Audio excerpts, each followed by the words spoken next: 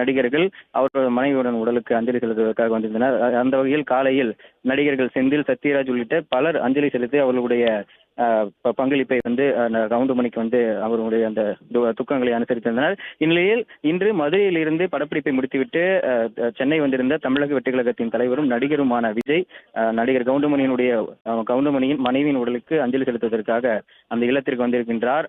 தற்போது அஞ்சலி செலுத்தி வரக்கூடிய அந்த காட்சிகளை நாம் பார்த்துக் கொண்டிருக்கின்றோம். அதே போன்று இந்த அஞ்சலி செலுத்திவிட்டு கவுண்டமணியுடனான தன்னுடைய அந்த துக்க அனுசரிப்பையும் நடிகர் விஜய் அவர்கள் தற்போது அளித்து வருகின்றார்.